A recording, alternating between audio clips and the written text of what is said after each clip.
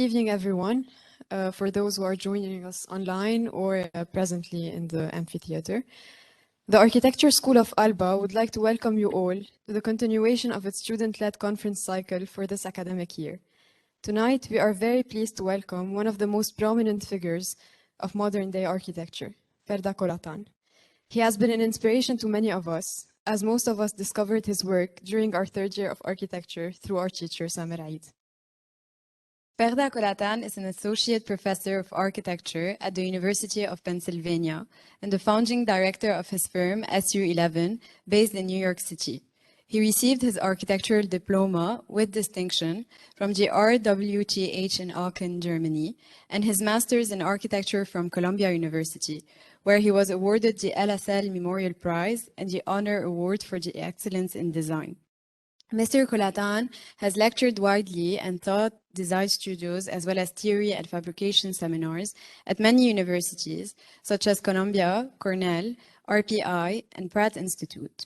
He is also a co-author of the book Meander, Variegating Architecture, and was selected as a Young Society Leader by the American Turkish Society in 2011. SU11 is an award-winning practice with international acclaim. It received the ICFF Editors Award for Best New Designer and the Swiss National Culture Award for Art and Design in 2001. In 2009, SU11 was chosen as a contributor to Journey to Zero, an initiative towards a zero-emission future. It was also nominated twice as a finalist for the prestigious Chernikov Prize and the MoMA PS1 Young Architects Program in 2008. SU11 has exhibited work in many art galleries and exhibitions, namely MoMA, Walker Art Center, Beijing Biennale, Carnegie Museum of Art, Documenta 10, Art Space New York, and Istanbul Design Biennale. Mr. KOLATAN has been a pioneer of digital design, and he learned how to experiment in this field under the supervision of Greg Lynn at Columbia University, which was run by Bernard Choumi at the time. Throughout his teachings, he has shown great importance to developing ideas that challenge the real world through academia, as well as instilling in his students the ability to be critical and trigger change. He has also shown great interest in hybridization, Otkins, and misfits, which are tools that allow him to go beyond the orthodoxy of modern-day architecture. Mr. KOLATAN, we are very pleased to welcome you amongst us today. Well, thank you so much.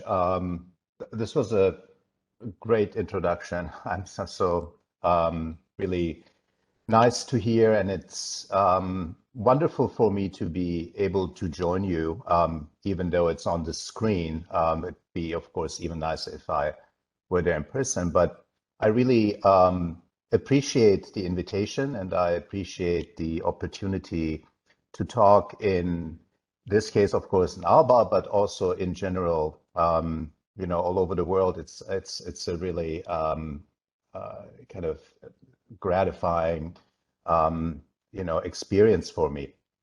If you are ready, I would like to share my screen and jump right into this. So you should be seeing my main opening slide. If not, please let me know. I'll try to keep it at 1 hour, maybe 1 hour, 10 minutes. Usually I always go a little bit over time. I hope it's going to be interesting and entertaining enough that it doesn't feel too long. And of course, afterwards, I'll be happy to take questions if there are any.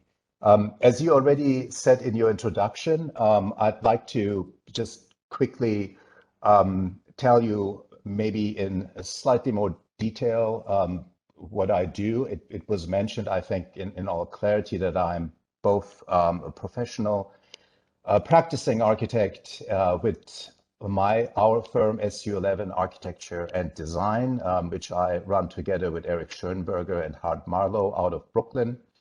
And I'm a professor for architecture at the University of Pennsylvania. And I did a lot of teaching at different places, as you had mentioned. But UPenn is my main affiliation. when I came to architecture, and that was mentioned as well at Columbia during the mid-90s, the whole idea of the digital was basically the sort of the avant-garde movement of the time, and I got very interested in it coming from Germany, where I was educated much more along the lines of kind of a modernist, late modernist architectural ideologies. And coming to Columbia really opened my mind to understand design, architectural design, but design in general in very different ways. And that stayed with me, and I think was really influential in the way how my own professional life, both academic as well as practice-oriented, developed over the past 20 some years. It's been a long time. I'd like to open with this page just to give everybody an idea, if you're interested to look a little further. Here are some, websites and links, etc. You will also see, if you check our SU11 website, that we do vastly different kinds of projects. We don't usually separate in terms of type or scale.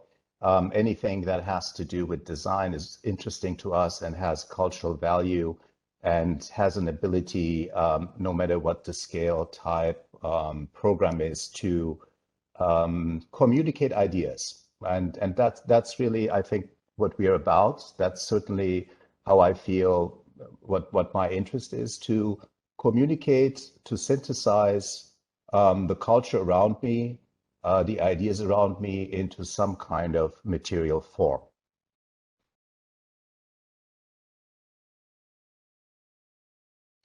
So I called today's lecture Affinity and Contradiction, Speculations on Hybrid Architecture in the Post-Industrial City.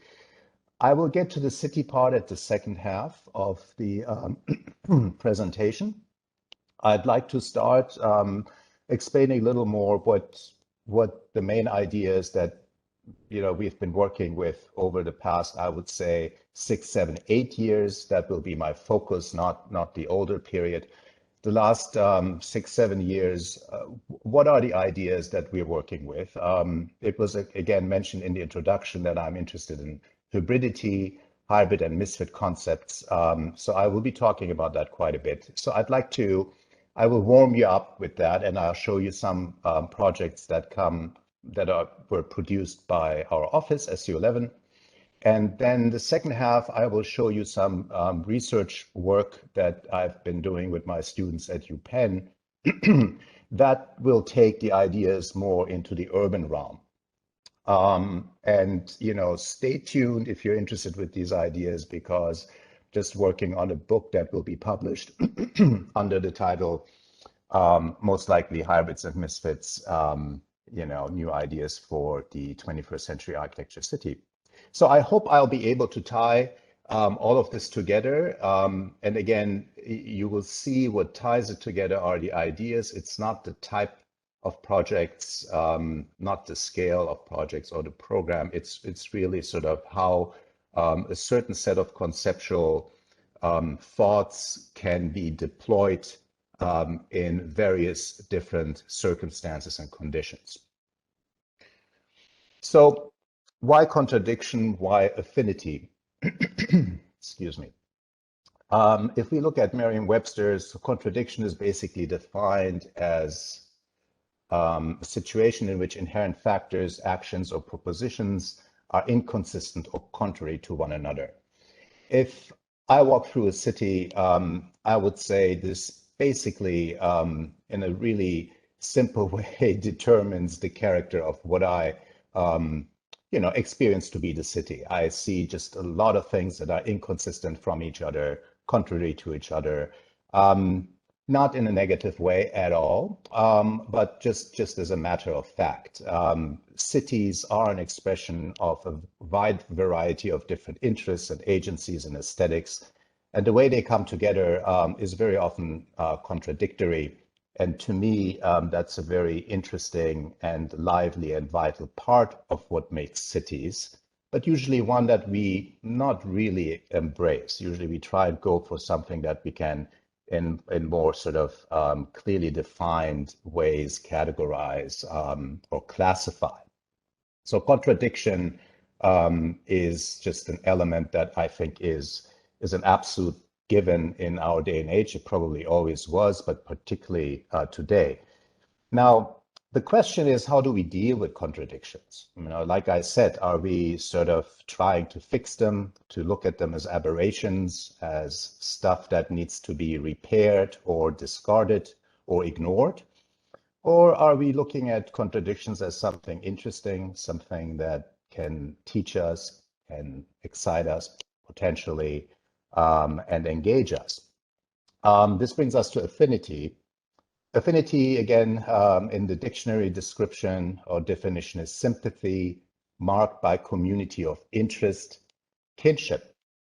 So I'm really interested in the idea of kinship, collaboration, but not just in terms of human collaboration, but I'm always asking myself, well, how can matter collaborate? How can design be the vessel for collaboration in some kind of material aesthetic form? Because at the end of the day, I'm a designer. I'm not a historian. I'm not a theoretician. So I like to sort of use the tools of a designer to, you know, ask these kinds of questions and then just, you know, go from there.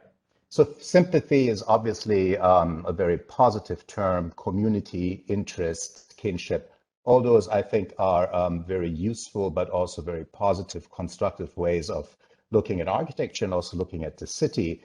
And to me, it's a way of bringing together the things that seemingly contradict, right? I mean, contradiction can be overcome through affinity. It's just a matter of how we define affinity. And I think that becomes very much a question of the individual designer or designers in plural, how one would approach that.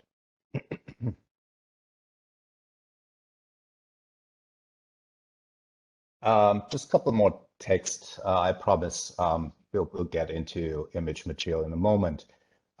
These are two very important, or, you know, in terms of text, two very important texts for very many people, including myself.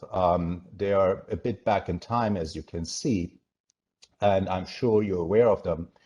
I don't think we can, in any meaningful way, within the context of, let's say, contradiction, you know, talk about new ideas without sort of nodding our head to Robert Venturi. The text or the title of my lecture, of course, is a riff on this complexity and contradiction, turned out into contradiction and affinity. But he says something here: architects can no longer afford to be intimidated by the puritanically moral language of orthodox modern architecture. He refers basically to the time between the 1910s and, you know, let's say Second World War mostly, or 1950s. I like elements, he says, which are hybrid rather than pure, compromising rather than clean, distorted rather than straightforward, ambiguous rather than articulated. He keeps going on. I left it here. You can see the word hybrid has popped up. This is 1966 as some kind of countermeasure to ideas of purity. And in Venturi's mind, the pure is associated with the ideology of an orthodox modernity. Rule sets, right? You have to have a flat roof. You have to use a language of abstraction. You need white walls and all those kinds of things. So he feels, you know, that's sort of becoming a straitjacket. He wants to escape it. And he goes for the opposite definitions. So he ends up, again, with ambiguity, hybridity, distortion, so forth. He also says, I'm for richness of meaning rather than clarity of meaning. I find that also very, very powerful, because whose meaning are we talking about here? We live in a global society, increasingly so, with more and more exchange. We have to find ways of thinking globally inclusive and collaboratively, rather than in strict definitions of meanings, which will only fortify sort of, you know, diversion. So the hybrid, of course, is the classic example of bringing together diverse and contradictory element into some kind of single coherent form, and then let these differences play themselves out in the hybrid. So richness of meaning means, in my mind, and I guess obviously in Venturi's mind, a more inclusive way of thinking rather than exclusive. Then Colin Rove and Cutter's important book, Collage City from 1978, they say this: the alternative and predominant tradition of modernity has always made a virtue of irony, obliquity, and multiple references. So you can see there's a clear relationship to what Venturi had written about a decade earlier. And then they follow up by saying remembrance of former function and value shifting context, an attitude which encourages the composite and exploitation of recycling of meaning. Again, the composite is just another word for hybridization as far as I'm concerned. Again, not purity, but composition, bringing things together in new and unexpected ways. And meaning, again, not clarity of meaning, but some kind of recycling of meaning in the case of Rowe and Cutter, which means you use what's already there. You don't refer to something, universal. You don't refer to something singular, but you basically look at all the cultural output and then you recycle those ideas. Again, something I find very, very sympathetic to think about. So this is the kind of architecture, the orthodox modernity, you could, of course, put a lot of different kind of architecture in here. I also just want to say, I'm personally a big fan of Le Corbusier. It's not that I hate Corbusier as an architect or as a thinker. I just don't think that in this day and age, any kind of ideology that is related or comes from the tradition of this type of modernity can work or is desirable. That work, of course, goes back to ideas all the way to the Renaissance and humanism, which itself then refers to antiquity or their own interpretation of antiquity. Of course, I'm sure many of you know the Renaissance, as the name says, is sort of basically a rebirth of principles of classical thought, interpreted through the eyes of the humanists of the 15th and 16th century. So it's all about centeredness. It's about a singular system of values and truth, which goes from Leonardo's Vitruvian Man all the way to sort of the first utopian city, as it's often said, Sforzinda, by the architect Filarete. There's always that navel that's right in the center, and the world and all the ideas revolve around it. So that's the kind of orthodoxy that I think needs to be overcome. We would think it has long been overcome, but if you look at architecture, if you hear conversations, it's still, these ideas very much linger. It may not even be in full awareness of those who work within them, but it's certainly still a very strong way of thinking about architecture and also about cities and planning.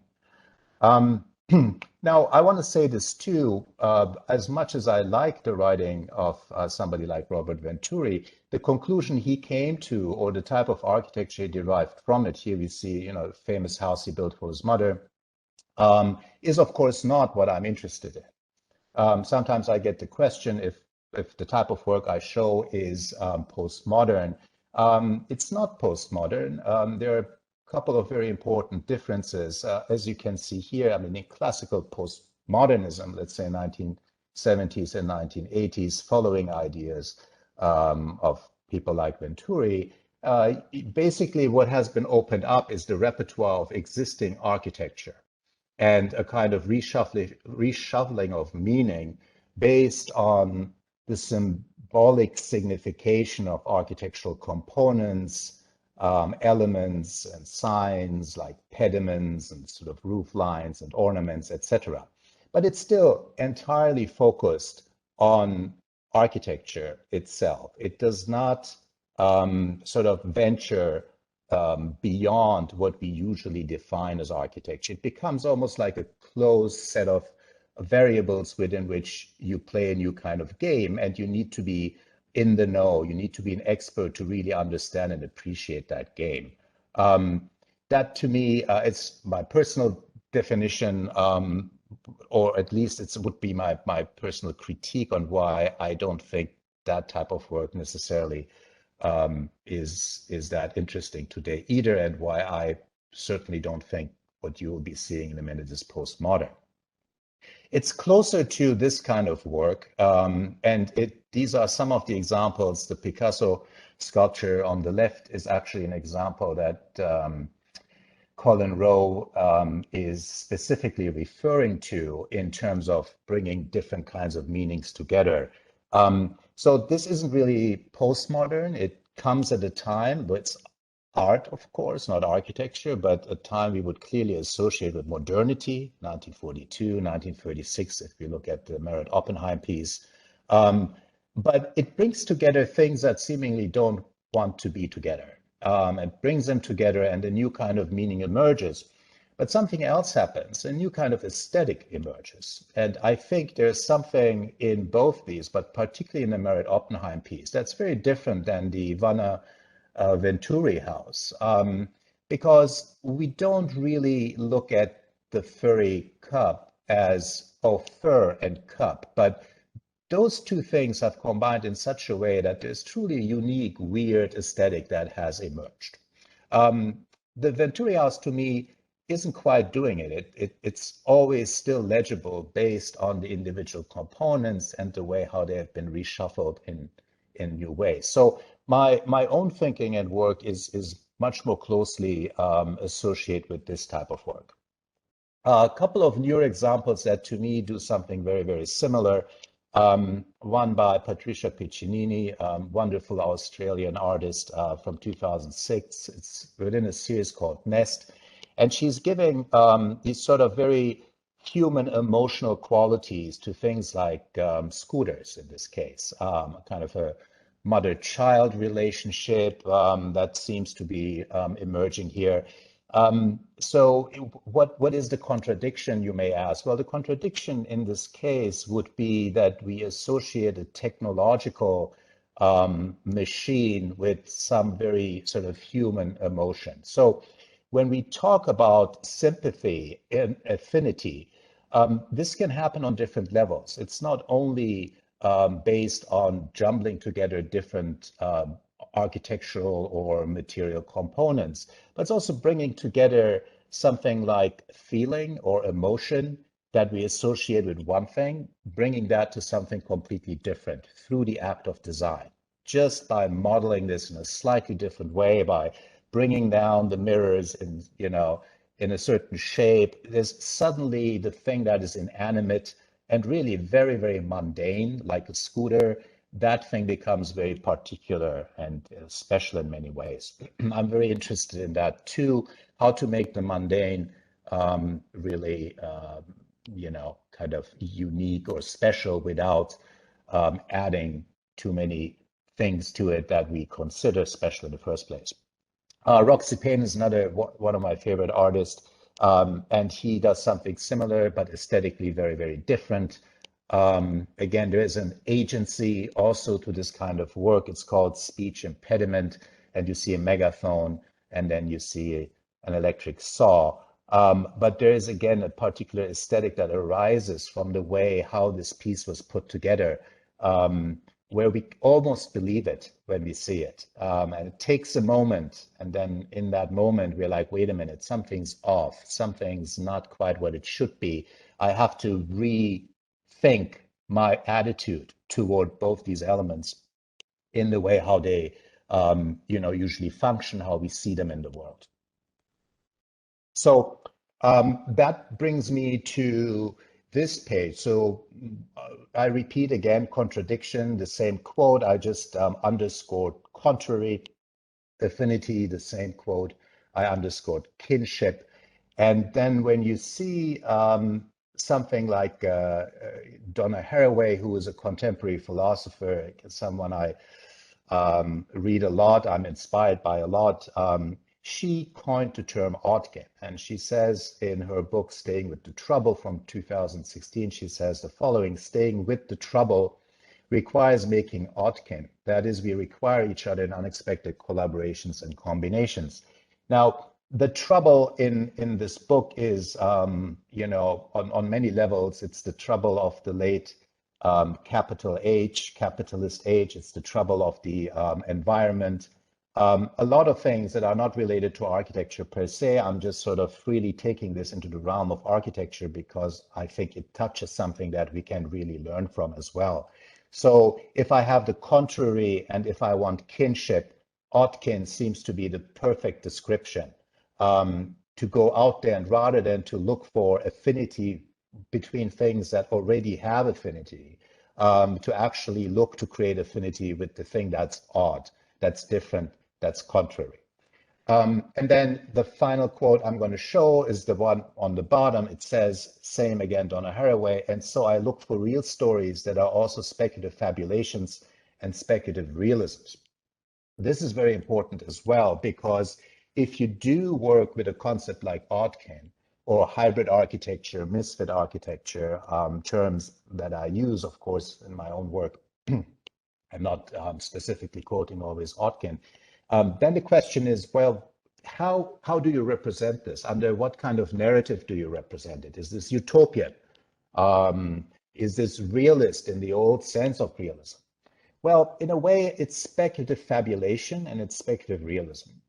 There's a whole philosophical movement called speculative realism. You may want to, if you're interested in it, look up what that means. It's you know, too complex to get into right now. But speculative fabulations is interesting enough for our context, because usually that's not something we look at as positive. If somebody fabulates, it's fictitious, doesn't have to do with facts or with reality. But the argument that someone like Donna Haraway and a lot of the speculative realist thinkers make is that it is precisely through fabulation that we can change the fabric of reality. It's a certain technique, and the Odkin really falls within that technique. You need to speculate and fabulate in order to sort of break the strict categories under which usually societies develop and go along. I mean, that's a very sort of, you know, broad comment, but I think you will understand what I'm talking about in a moment. So I'm jumping into some work now. These are the first few are some projects, very different type of projects, very different, again, scales and types and so forth, but they all sort of pull into the same direction. When we worked on this one called Composite Housing, we're invited to participate in an exhibition called Strangely Familiar. This was in 2003, so this is really a long time ago. And back then, I wasn't really thinking much about hybrids and misfits. So to me, this project was probably the first where the ideas that have now become so prominent started to originate. That's why I like to kind of kick it off with this one. And so we were just thinking how to remodel the idea of a house. And back then, again, computation was relatively new. So we started to morph together different elements. And these elements were bits and pieces that every house, every residential home has. But not all of these are considered architecture. So things like furniture, some built in, some not built in, things like door frames, etc. So we started to look at all of those individual bits and pieces that make a house and started to recombine them into new types of objects. So it's kind of really the first act of deliberate, conscious hybridization that we did in this project. And then, you know, it just sort of delivered a whole set of objects you can imagine. They can be combined in many, many different ways. These are just kind of a small handful of the ones that I put up here. And they all have more meaning than just one. It's never a bathroom. It's never a kitchen. It's never a counter. It's always a relationship that's being generated by transitioning, like going from a bed into a wall into a shelf, going from a counter into a shower, into a nook, into a door, etc. So we became really interested in the idea of sort of breaking, let's say, the orthodoxy in this case of a residential home having to have a clear exterior, interior, and then sort of basically build upon. There have been, of course, cases of free floor plan, etc. But then that was done with walls, and then furniture comes in, and you have, two bits of chairs, just positioned perfectly in some corner. You wouldn't have that in this house. This house could be constantly, well, not constantly once it's built, but in its process, it can take on many different forms and shapes. So this is also something that later on, when I think more about urban context, became quite important as well. The notion that what is the structure that's holding a city together? What is the structure that's holding a residential house together? Yes, it's the foundation in the literal structural term, but in terms of its conceptual structure, what about ideas of combination? What about ideas of bringing things into affinity, turning them around upside down, putting them in all kinds of different sets of relations, and then testing them and see what type of, in this case, residential, in other cases, urban spaces can be generated through them. So this is just, the model that we had produced, but we had sort of digital models that would show many, many different iterations of this house. We also do, and I like to show always a project like this too. In our office, we do like almost thought exercises where we give ourselves a problem, and then we design a project with no client, not even an exhibition. They just then end up later in exhibitions often, but they just start as thought exercises for ourselves. And one of these was what we called hardware. We wanted to work with the of hardware that was only based on affinity, not on function. And what we did is basically we just downloaded and looked at very common, everyday, mundane hardware pieces. Doors, in this particular case, doorknobs, but also faucet, mostly in these two faucets and doorknobs. And we started to recombine them. And like I said, it was kind of a playful exercise for us to hone a certain sensibility. But also, I mean, it does show our interest in some kind of surrealist way of looking at objects and try to push what they stand for, what they mean, or how they're being used, or how we associate an object, usually an object like this, with its functionality, right? When we look at art, we immediately associate something else than what we associate when we look at a faucet.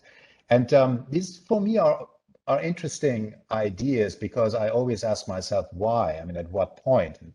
People like Marcel Duchamp, of course, have brought this to our collective attention early on. But the notion of at what point does something become precious and interesting in one way, and at what point does it sort of become part of a background that we just deal with day to day without really much thinking about it? And I think the relationship between this sort of stuff fading into the background and stuff being in the foreground, being interesting to us, is somewhat artificial. And I think as designers, we have an ability to mess with this foreground background, so bring things forward in new ways, in interesting ways.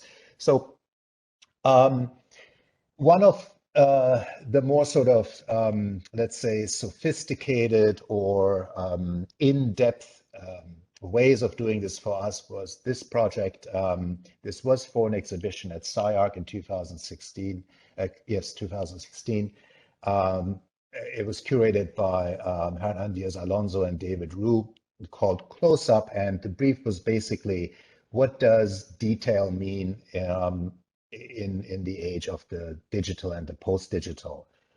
So we decided to design a column, and what was important to us wasn't so much, you know, what the column does as a structural component, clearly. But if the column no longer is part of an assembly, but we take it out and we look at it as an object, but it still maintains certain qualities that tie to the discipline of architecture, well, what would that be? You know, how could we start to develop an idea out of that? So we looked at existing columns.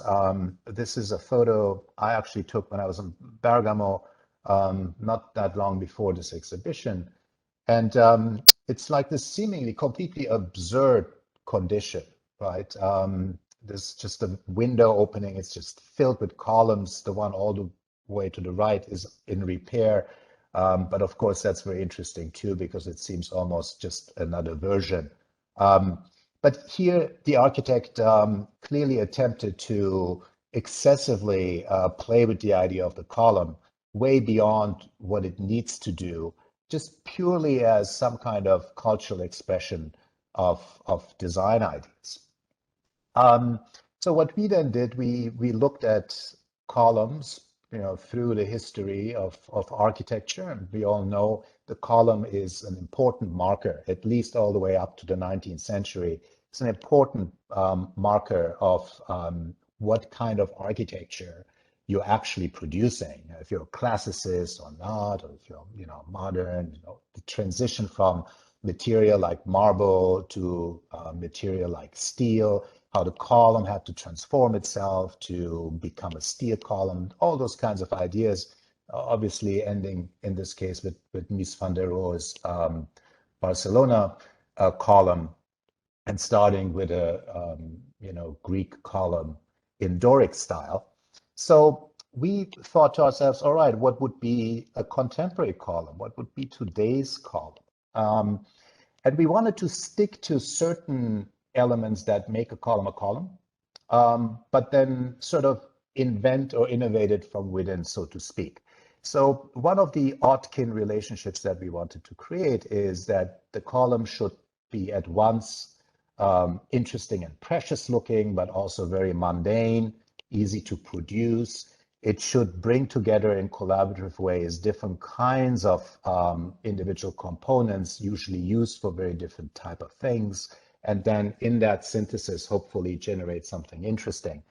And we went and looked at aluminum extrusions, which are very cheap. You all know them, we know them, you can just buy them in any hardware store. So we picked a bunch of them and started to organize them into different plans.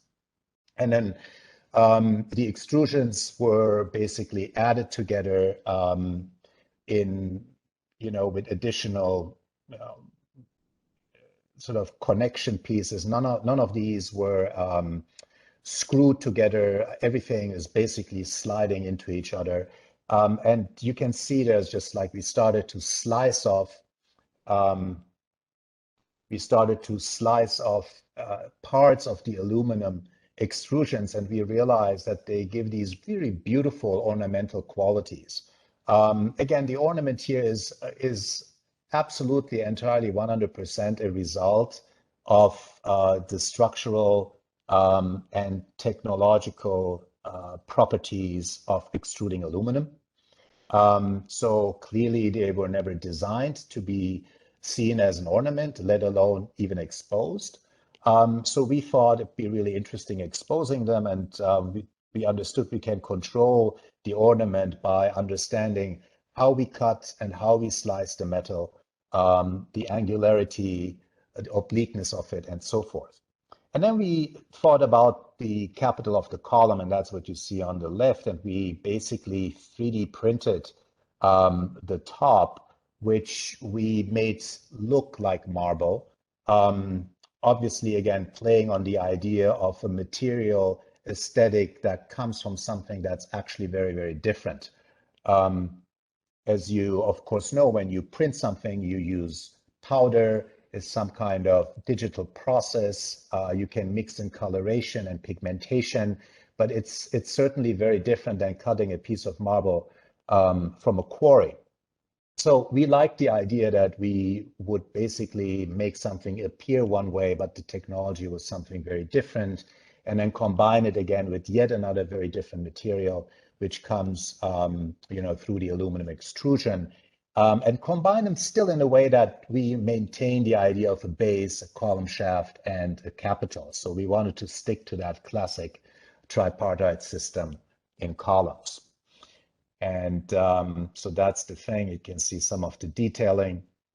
And again, here, this is where one excels, of course, as a designer. We still care for things like detailing. How do you put this thing together? Like I said, it was very important to us not to screw it. So we 3D printed little plastic connectors that you could push from the top, and that holds this whole thing together, but it can be dismantled also very, very easily. So you can see maybe a little bit on the left, these white pieces on top is what's holding all of this together. So I wrote about this in a recent AD magazine as well.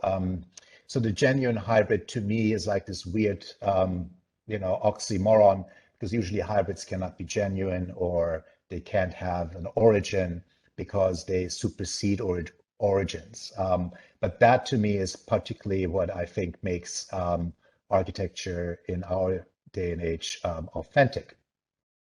It's another project that deals with very similar questions, but ends up quite at a different place. It's a competition entry for the Science City in Cairo in 2016.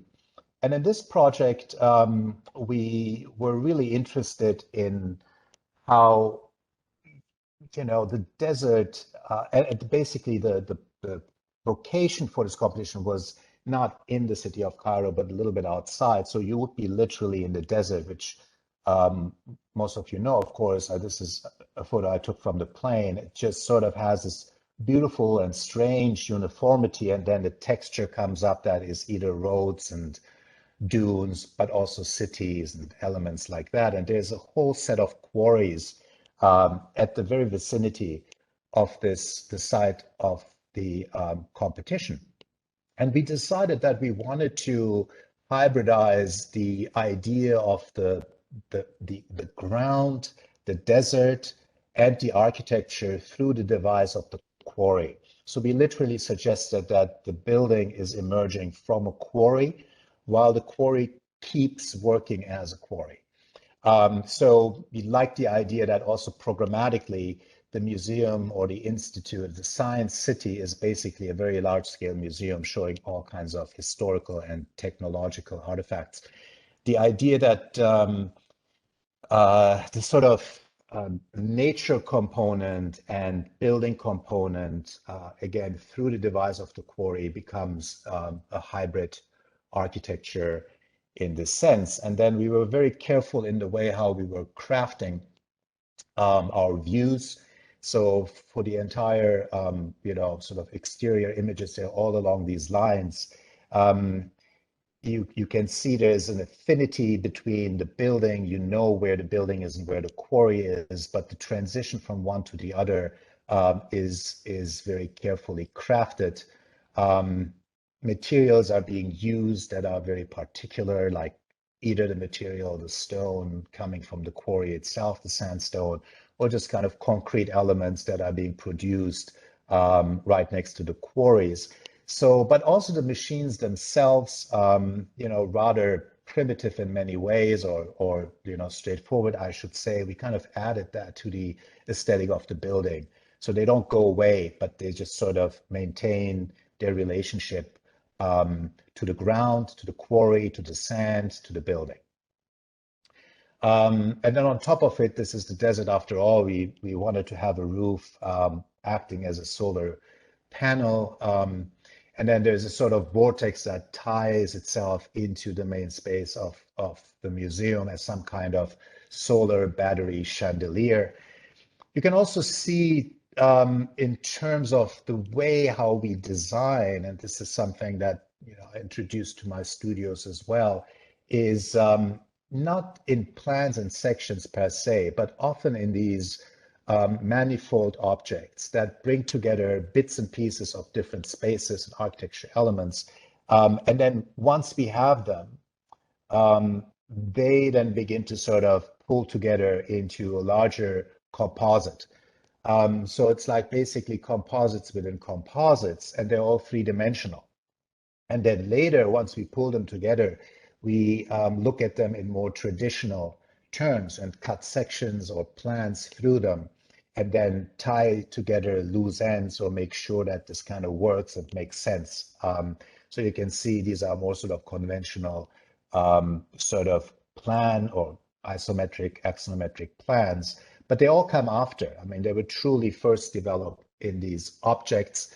And the idea is that, if I can quickly go back, that you're not just designing an auditorium and you enclose it and then you move on, you design something else in the building, but that part of the auditorium is always articulated in a collaboration or relationship with another part of the building. And that, of course, is always the case, but usually we don't design it that way, right? So in our case, we were interested in doing that. And what it also does, it gives you a lot of surprising interiorities. You can imagine if you design these objects, you push them together, what is developing as interior space is not entirely controlled. So there's a lot of discoveries, and then you fix those discoveries and make them work. But you do end up with what I at least think really interesting ways of, in your own design, discovering possibilities and opportunities that arise through the techniques that you're using. So this leads me to the second part, which is specifically about the work with my students at the University of Pennsylvania, Weitzman School of Design. I've been teaching for a number of years the final MArch design studios in the graduate program.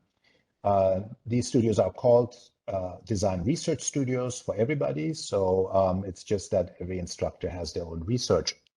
So mine, as you know, has a lot to do with taking these ideas of hybridization and misfit architecture and deploy it now to the city, rather than, as you've seen in our own work at SU11, is much more specific to the project at hand, or even smaller design artifacts like the faucets and so forth. So I want to show you two, by now there are three, but there are two that I want to talk about today a little bit, one in Cairo and the other one in Istanbul. Each of these studios went over a series of semesters. So we take our students to these sites, we explore, we research, we collect what is interesting to us, and then we sort of develop our design ideas for the city. This one was really a very successful studio, the one in Cairo. It got us a studio prize and on the cover of Architect magazine. And we started out with the notion of real fictions. Remember what I showed early on with Donna Haraway's quote, like, you know, fabulations, real speculation, etc. Speculative realism. So this was kind of like taking a lot of those ideas, and we wanted to create a sort of fictional architecture, but fiction specifically not as utopia. And maybe I should quickly say a word about that too. Utopia, of course, is a fiction as well, but it's one that comes with a certain set of ideas attached to it. At least sort of in the Western tradition of thinking about utopia, it goes back to people like Plato in his Republic, you know, Thomas More, Utopia, and then, you know, I already showed you guys Sforzinda by Filarete. You know, the idea of utopia usually as the sort of political, architectural entity that is imagined as a perfect world that has to be positioned outside the world that we occupy right now. It's a very typical thing that utopian projects always either end up, you know, on the moon or in the desert or on Mars or in some kind of abstract white space of paper or the digital. They usually don't engage the city. They don't engage the thing as is, because that would restrict at least sort of the common sense notion of utopia. That's why I don't consider any of these projects utopian at all. All these projects are very specific. They could be built, some of them rather easily, some of them maybe a little more difficult, but they look at the existing city, in this case, Cairo and Istanbul, and ask how different kinds of hybrid conditions could be designed and generated, and what type of new opportunities in terms of how you participate, engage in those can be created. That's the fiction, right? So it's like a parallel vision of the existing, if you will. The first time we were invited to Cairo, so we went there 3 times, we were asked, we were invited by the ministry, the cultural ministry, and they didn't just say, go out and do whatever you want. They really wanted us to look at the informal settlements. Again, I'm sure many of you know they're a real problem. There's a lot of them. And when we were approached by the cultural ministry, they looked at it as, you know, a complete disaster. You know, it's like, you know, what can we do? And, you know, how can we take them away and clean it all out and sort of rebuild things that are much better for everybody? You know, I mean, you can imagine, right? I mean, nobody would look at an image like this and say, well, go in there and try to do something with it or fix it. Usually the idea is, well, this is the problem. You know, the only way of fixing a problem like this is to get rid of it. But it makes no sense because you can't just get rid of it. If you could, people would have gotten rid of them and had replaced them with much better, you know, friendlier architecture, whatever you want to call it. There is an economy to it, of course. There's an ecology to it. There are actual human beings that occupy these places, that made a living there, that have ways of operating in them that are very particular. And we're talking about millions and millions of people. So to me, the question to sort of go in there with few, you know, students from Penn and basically carve through them and build new types of buildings seemed really absurd and problematic. So we didn't want to do that. And we instead looked at the existing buildings, and I asked the students to model them very accurately. And once they had modeled them as prototypes almost, render them abstractly in white.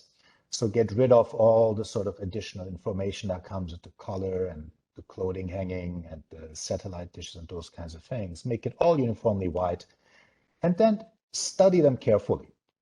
And what was really interesting, and that's, I think, what the slide here is hopefully telling you, is that once you decontextualized these architectural objects from the immediate context of the informal settlement and all its problems, they appeared like these really rather beautiful, almost, you know, classical modernist examples, you know, at least some of them, like the Pilotis House and the Schindler Villa. These are, of course, names we gave them to make that association clear. But the actual buildings are, I would say, 80% exactly what we saw. The top row on the right-hand side is actually entirely what we saw.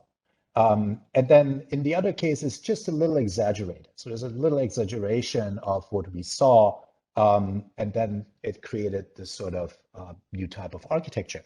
The point here really being is that there is so much that we can do with existing architecture.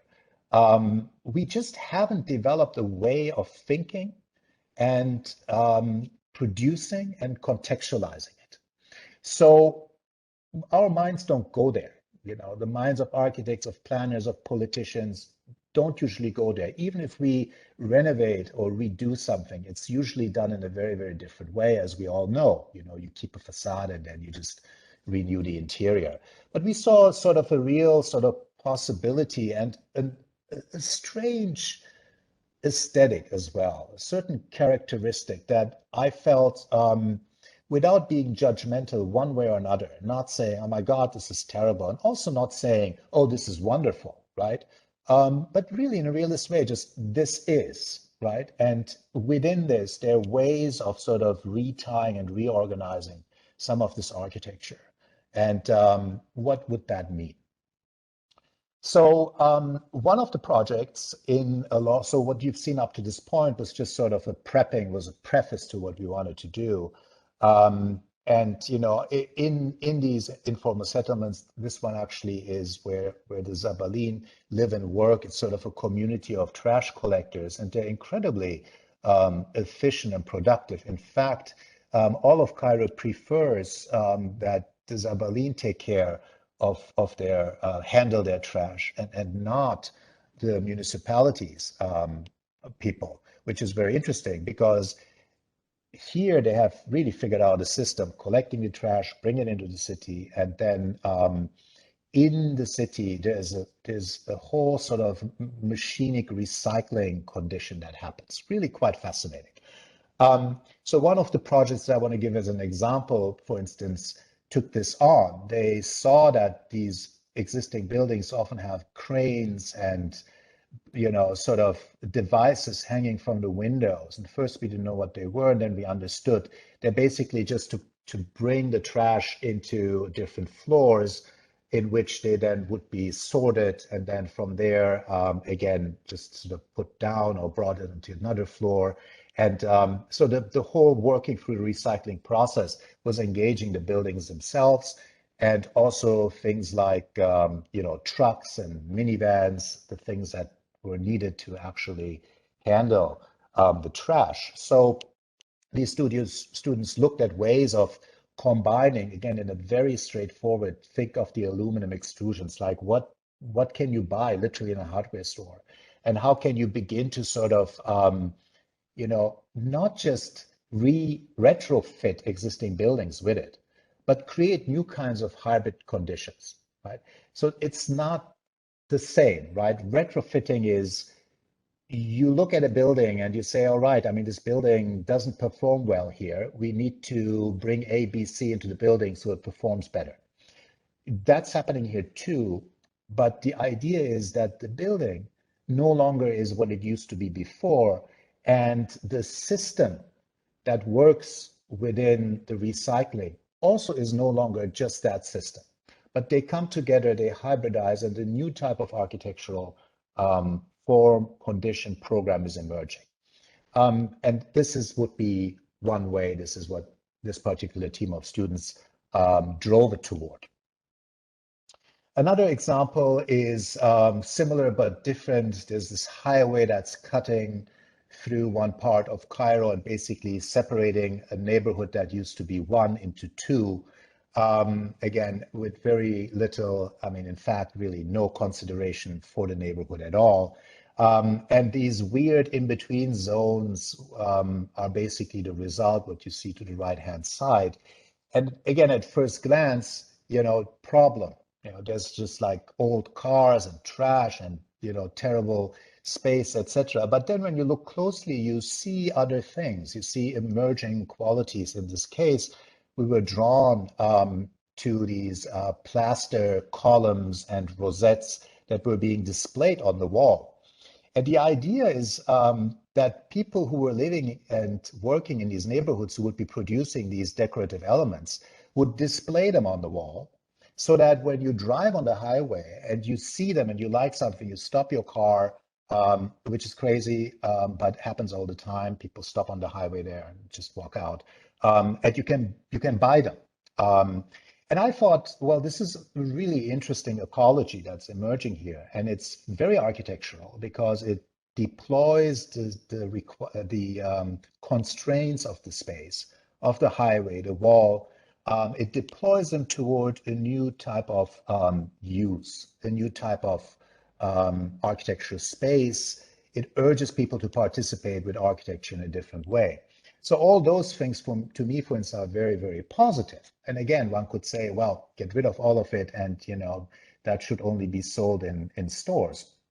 But no, I think people should really have an opportunity to engage with their neighborhoods and cities in any which way they really see fit, and then architecture should come in and utilize, deploy, and further build on that.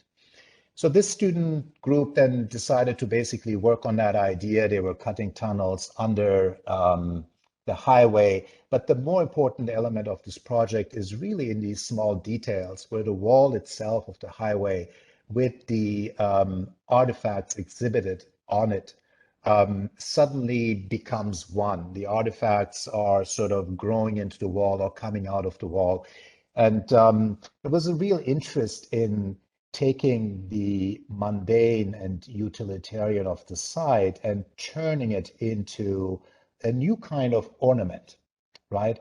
Not an ornament that is built for, rich individuals or large museums or institutions. No, an ornament that's literally coming from a kind of engagement with matter, with elements on site that express truly the realism of that place. So that led to ideas like these, where we would see a lot of pipes and tubes sticking in and out of walls. Again, usually a sign for incomplete, unfinished buildings or retrofitting with no money, where you just, I need water here, I just put a pipe there, etc. And of course, all that is true. But if you forget that, just like when you look at the informal settlements, you suddenly see a pillow tea house emerge. In the same way, you can look at these seemingly chaotic, quote unquote, ugly infrastructural pieces, and they turn into really interesting, bizarre concoctions, and bizarre in the sense of a surrealist quality. So again, we push those, of course. These are designed, but they take what's there. They take one of those 1, 2, 3 of these rosettes, see other elements like, tubing and piping, and turn them into a third condition that is both functional but also designed and creates a new type of character for the place. So when it all comes together, you have a condition like this. So the absurdity, if you will, to cut a highway through a neighborhood and then elevate the cars and then, more or less put the people into the hole that comes through that elevation is sort of used here, or again, appropriated into potential quality. So the wall is now very literally and figuratively speaking a place that has a backside that can be used by the people to produce and manufacture these rosettes and columns and so forth. The front side of it becomes a sort of long gallery, and then absurdly on the top you have these cars. So the clients, if you will, or the consumers are driving on top.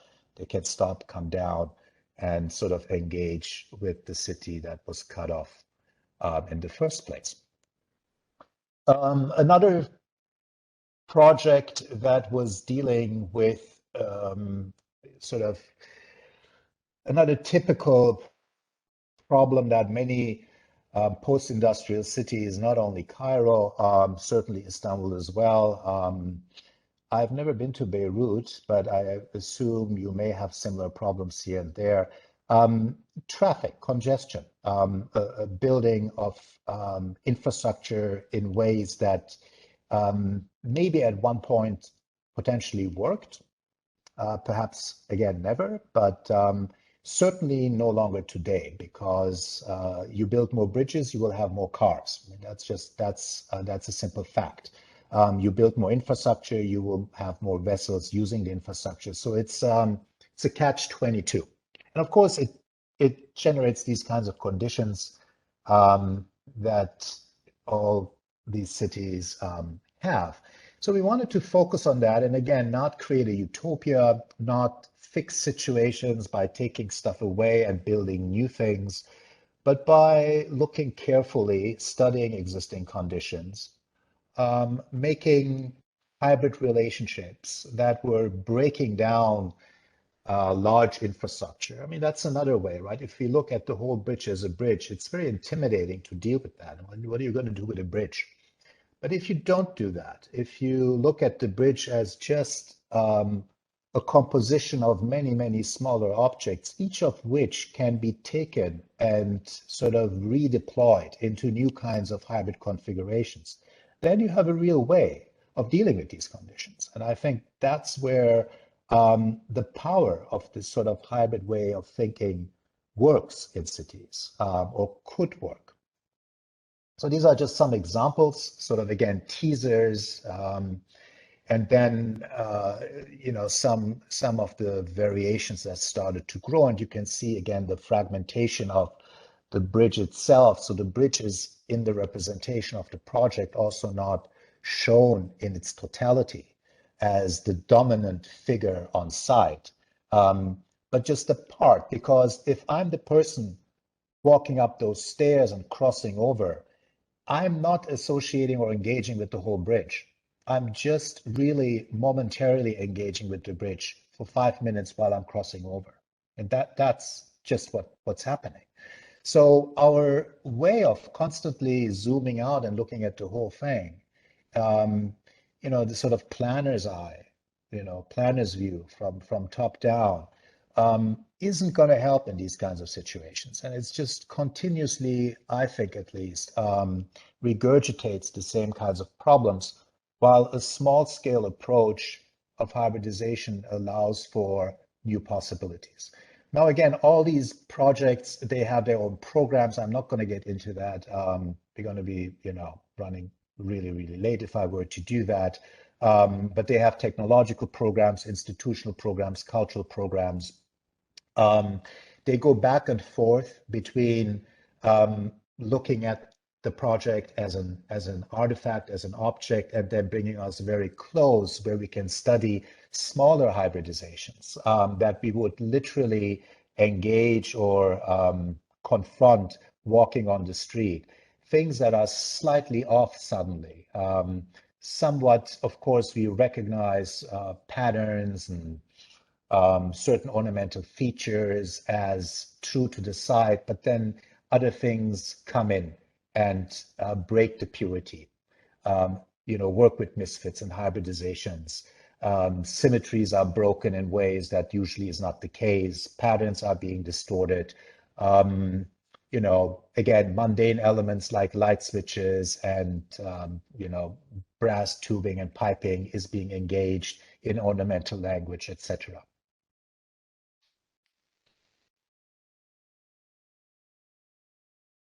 So I'm going to go a little more quickly over these. Again, I think for the goal of this lecture, it's not really that important to know what they really do, but to really understand more, the approach as well as the representational techniques developed to visualize the ideas that we've been working on. Again, in and out, far and close, object and full bleed. These kinds of relationships are constantly sort of developed in these studios. A very important element of how we think about representing and bringing close, the projects, rather than, I don't know, more classically like elevations and site plans and sections and so forth. So that's usually something we really almost never do for these projects.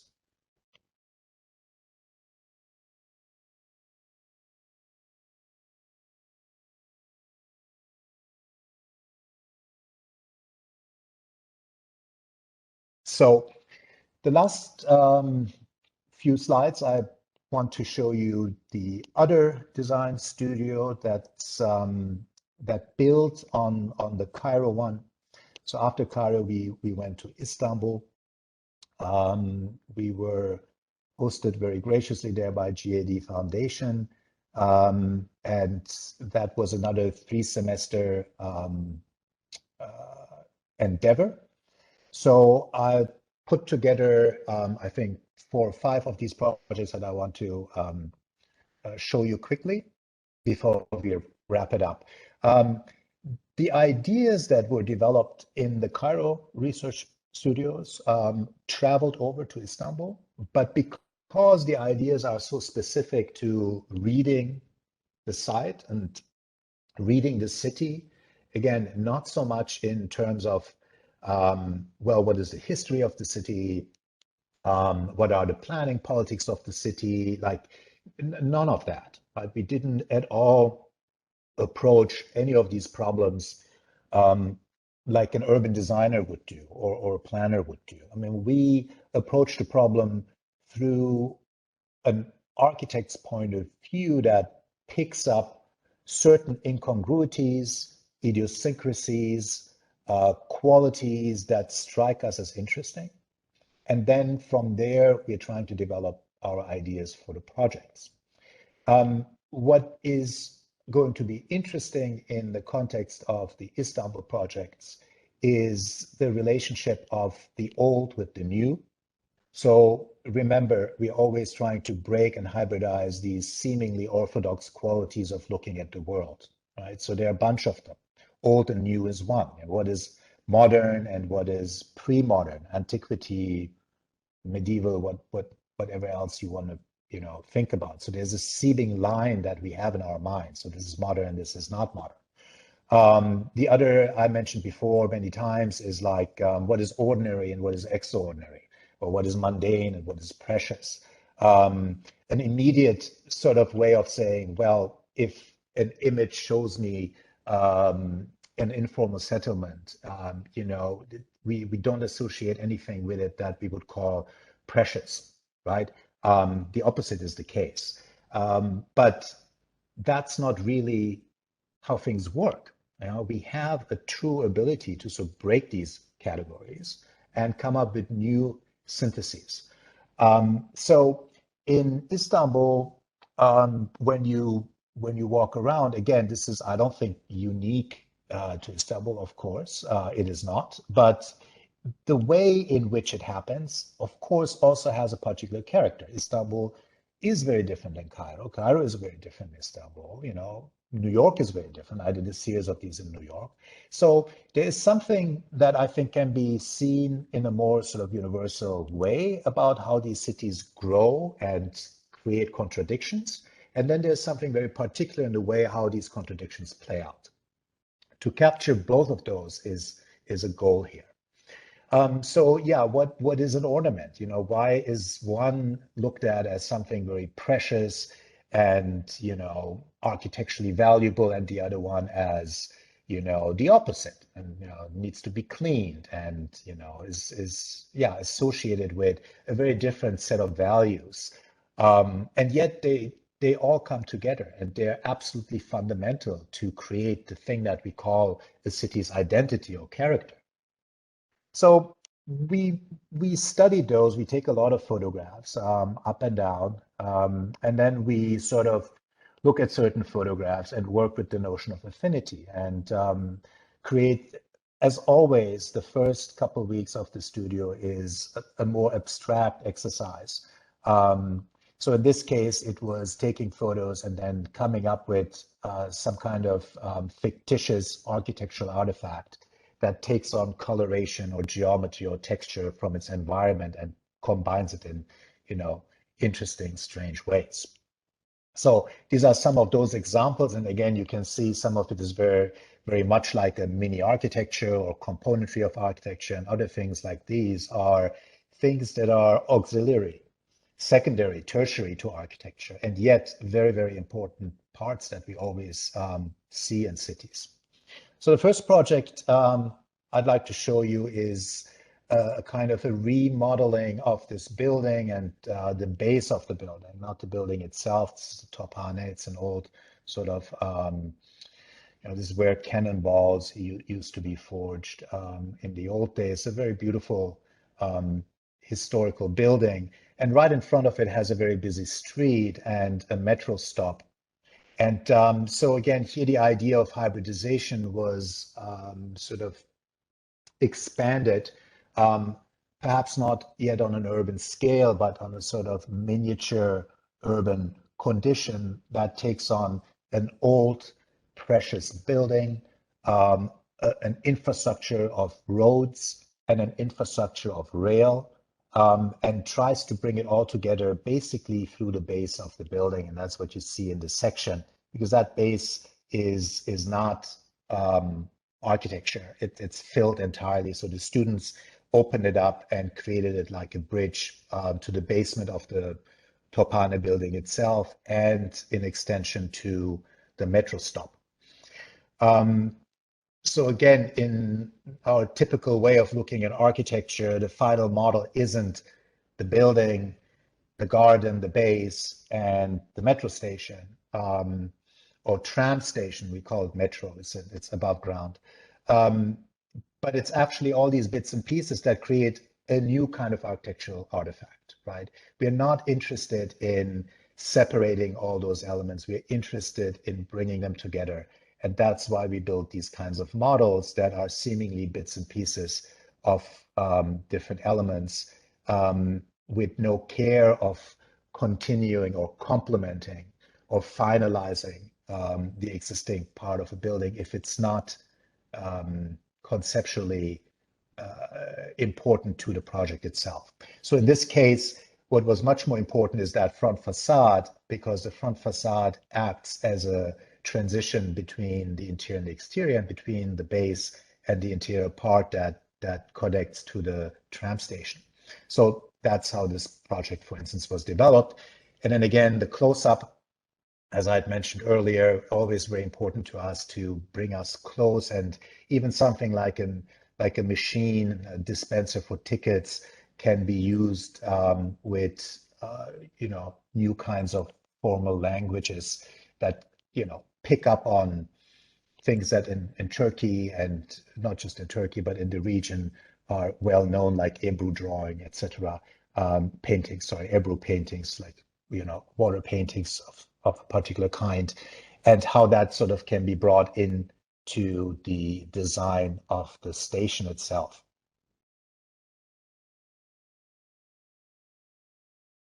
And here you can also see there's always also a care for contextuality in a weird way. I mean, on the one hand, we like to decontextualize, but on the other hand, we maintain relationships and color and texture in a way that when you were to build this, it does feel as if it belongs, right? It doesn't make a point of just distinguishing itself as new, as different. Another project, this is just right next to it, to the building that you saw. There's like a very steep hill. It's called a park. It's kind of a park right now. It used to be very in bad shape for many, many years. But when you're up there, you have this absolutely beautiful view of the Bosphorus. And these students basically took on that entire chunk and turned it into, a park, but a park that is also, that has some kind of technological qualities, and that uses the idea of park no longer just as green spaces, but tries to bring in cultural elements. It also includes textures and ornamentation that's the result of how machines work when you have to work with land, how you carve into the ground. All of that is being left as part of the project.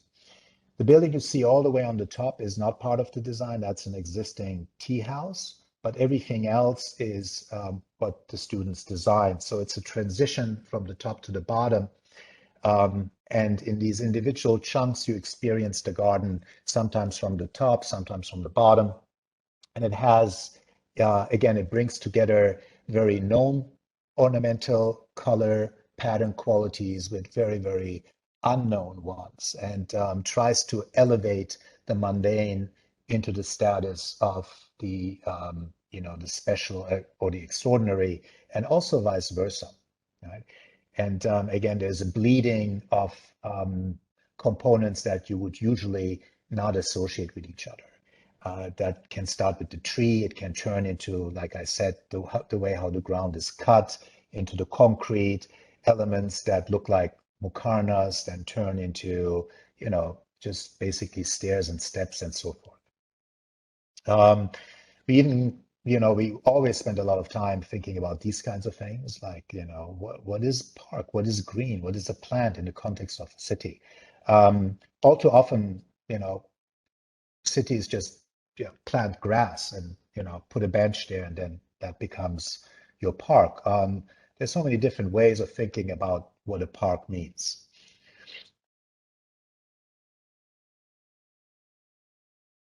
So I have two more examples. So I'm gonna speed up a little. Should be maybe 5-10 minutes, and then we should be done. This is another Istanbul project, part of the kind of same research.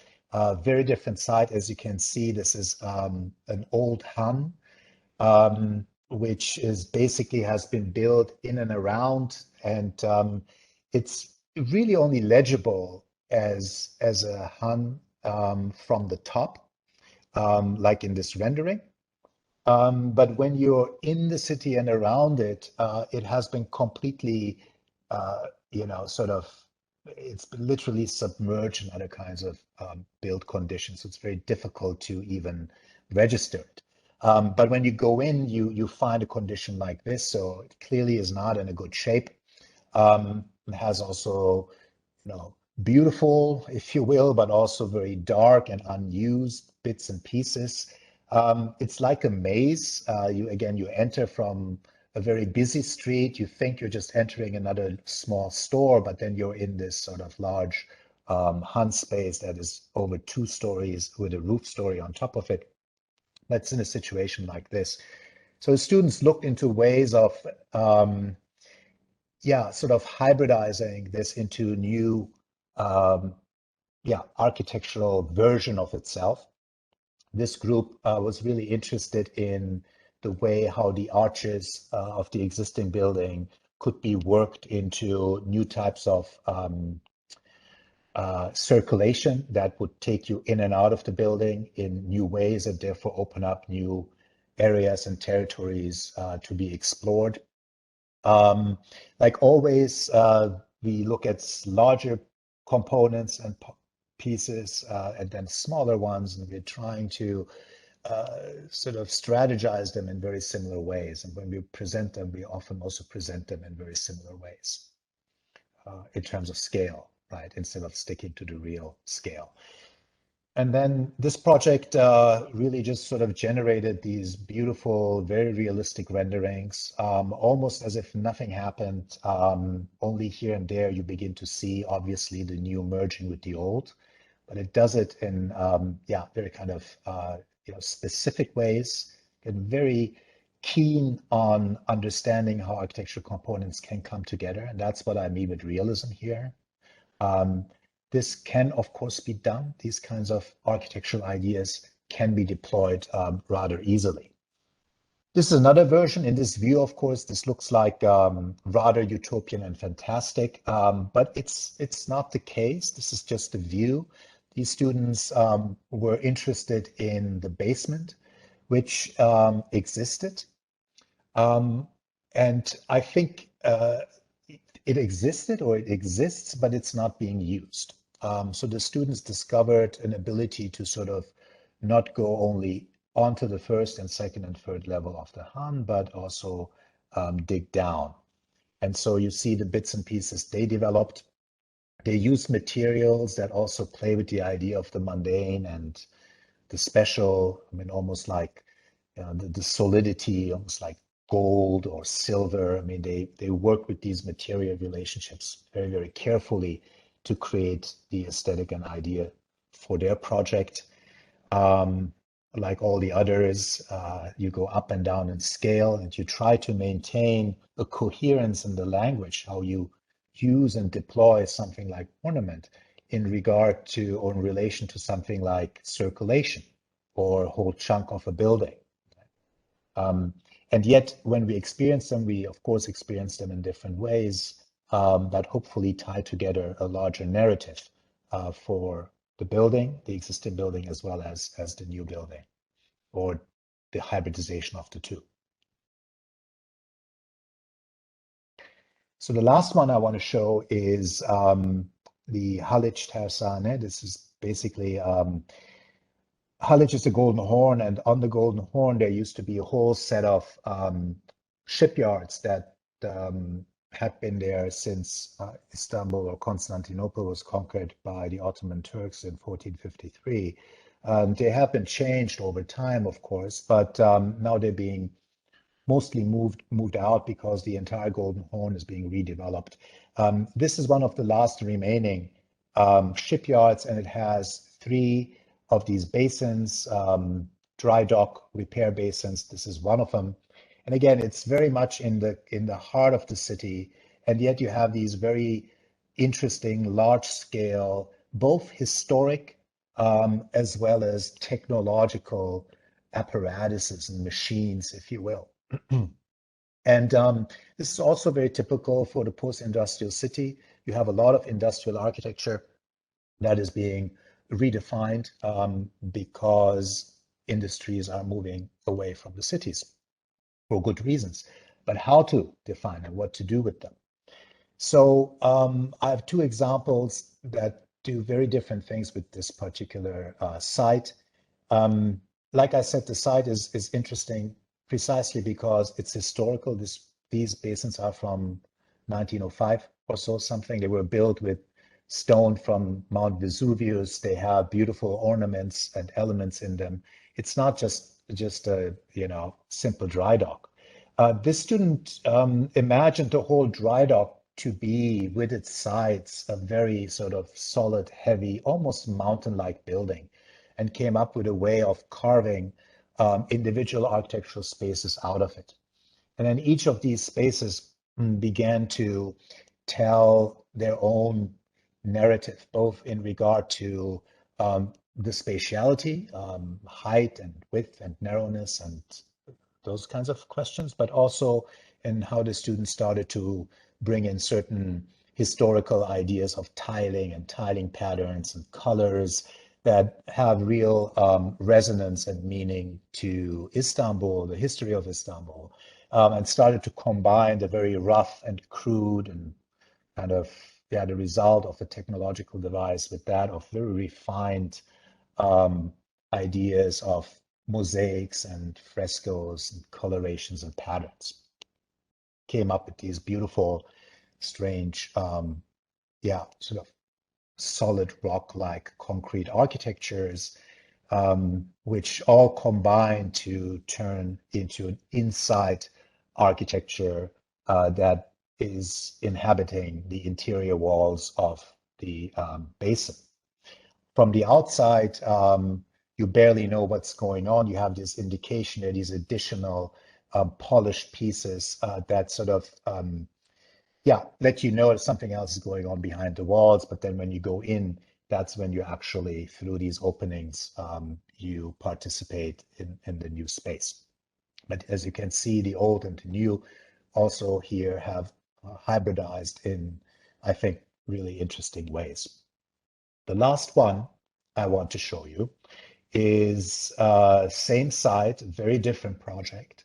This student was really interested in the colors and the textures that were created over centuries, or at least decades in this particular case, of use of oil and grease with moss and water and spill and so forth. And the student took all of that, again, not by being judgmental and saying, well, this stuff needs to be cleaned up, but she turned it into first a drawing. And the drawing was, again, like an Ebru watercolor drawing, where she picked up all the existing colors and sort of, fluid textural qualities and regenerated a drawing. This is the one you see.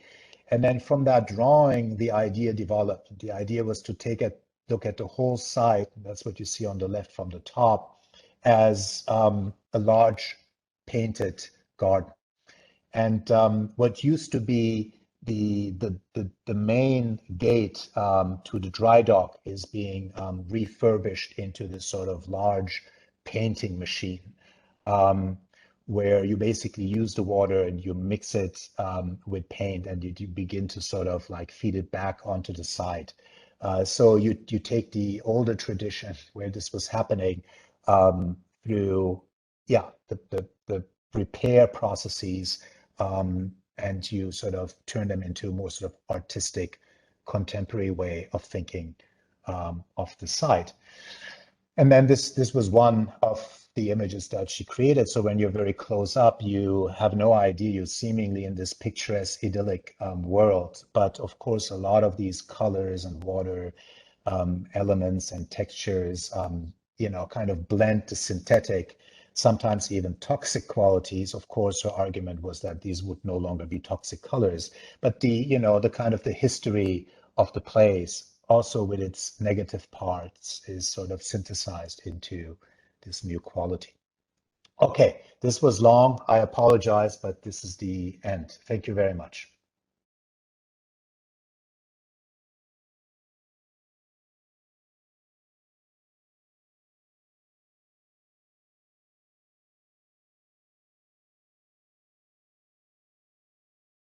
I don't know if we're able to hear it, but everyone was clapping. So thank you for the great lecture. It was really amazing. The projects are beautiful and the content was really great. So we're going to pass to some questions if you don't mind. Of course. So does anyone have a question? Torium?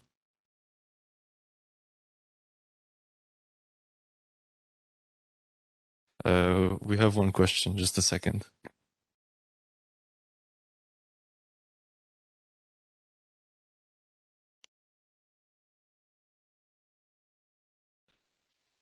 Hello. So I'm a thesis student here at ALBA.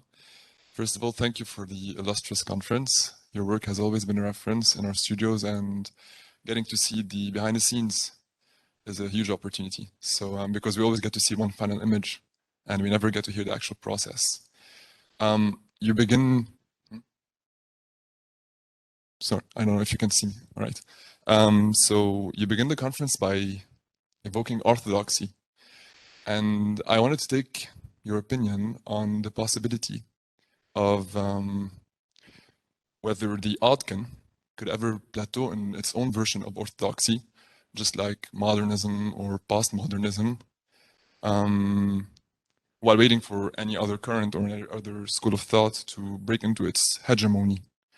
And at the risk of answering my own question, is it through its nature, through its speculative nature, that it could forever be evading its own fate of orthodoxy? That's it, basically. That's a great question. I think, first of all, I would say at this point, of course, it doesn't have a hegemony, right? I mean, it's basically an outsider. I mean, we may be in sort of academic circles very familiar with it because we share certain work, we know of each other's ideas, etc. But out in the world where architecture is being built, where you have to get commissions, etc., it's very difficult to talk to clients, no matter what kind of client, institutional or private, about ideas of hybridization. I tried it a few times. It's very difficult. People get sort of they get anxious, and that's what I mean with, even though we no longer for quite some time we haven't been living in a world of modern orthodoxy, intellectually speaking, but practically speaking, it's still very much alive. People want to know what it is you're doing, and when you tell them, well, I'm mixing this and that, very few people say, oh, that's great, here, take my money and mix. Usually what they like to say, well, but could it be this or could it be that? So I think we have a lot of work to do. I think, again, when we talk about, I don't know, theory and, sort of intellectual examples and philosophy and art, there is a lot of hybridization. Architecture, a little less, but we are trying very hard to make this a topic. But then in the practical world, I think we have our work cut out for ourselves. So I just want to put that out there. Could it become an orthodoxy? I think everything can become an orthodoxy. And perhaps that's just what the world is about. And maybe in 5 years or 10 years or 20 years, who knows, ideas of hybridization may just no longer be in tune with what that generation will feel is important. And at that point, it will become obsolete. And when something becomes obsolete and you keep doing it, then I think you become sort of, orthodox in the sense that you are no longer caring for the effect and the consequences of what you do, but you only care for the project itself. That to me is a definition of orthodoxy. So how do you know that happens? If you look around in the world and you say, well, why are we talking like this when this is truly what's going on? No, we talk like this because we always talk like that, and this is how we are supposed to think about the problem, no matter what the problem actually is. Well, that's orthodoxy, right? And that to me is a problem. And it's particularly a problem for design because design hopefully is about innovation.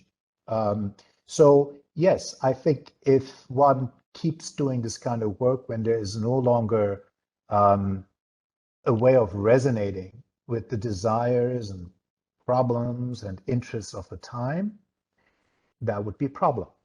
Now, you said something important, of course. Is there something inherent in the idea of hybridization that may allow it not to fall into the trap of becoming obsolete because of an orthodoxy? And I would say yes and no. I would say in general, if you look at architectural history, again, in very broad strokes, you can see eras where the overall zeitgeist paradigm was all about finding the one truth and finding ways through which architecture can manifest that truth. That truth would change, right? But the idea always was architecture's role is to somehow encapsulate that. That's usually what we call, any type of classical period, not only the actual classical periods, but also neoclassical periods and the Renaissance, right, where people wanted to find a right way of doing something. And that requires orthodoxy, because if you do believe it's the one right thing, there's only one meaning, then of course you have to be orthodox. You cannot allow for anything else to come in. Then there are always in between other periods, and usually, interestingly, they come at the end of so-called, periods, the late periods. It's late Gothic architecture that developed these beautiful fan vaultings, not early Gothic. It's manierism that started to play with spatial distortion. Like, if you think of Michelangelo, it wasn't Renaissance. I don't know, it's the Rococo that takes principles that may be related to Baroque, but really pushes them to perform in a different way. Those late periods, to me, are always more hybrid. And it comes in that case, in the historical case, as far as I can see, from trying to outgrow the generation of your parents and push back against the orthodoxy of your parents, right? Again, parents as a, metaphor for the preceding generation's ideas. So hybrids have been with us for a long time, is what I'm trying to get at here. It's not a new idea. We're just packaging it in a way that is contemporary. So 20 years from now, we may go through another orthodoxy. And then 40 years from now, you may have a new set of hybrids. But those hybrids shouldn't look like the ones I showed you tonight, right? If that were to be the case, then I'd say yes, then these hybrids also have become just relatively dead, adhering to an aesthetic that right now feels fresh to us and new and interesting. But 20 years from now, I would still say hybrids always should win, but they should look different, they should work different, they should encapsulate new kinds of aesthetic regimes. Awesome. Thank you.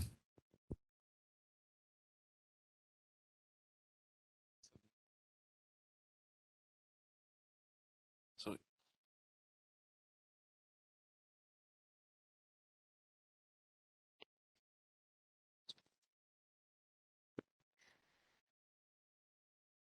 Thank you again for the lecture. It was very inspiring and enriching. My question is, in one of your interviews, you talked about the combination of new technologies such as computation and its combination with globalization and this open market of ideas. And you said that this is actually generating a lot of stuff, but most of it is hollowed out and kind of abstract.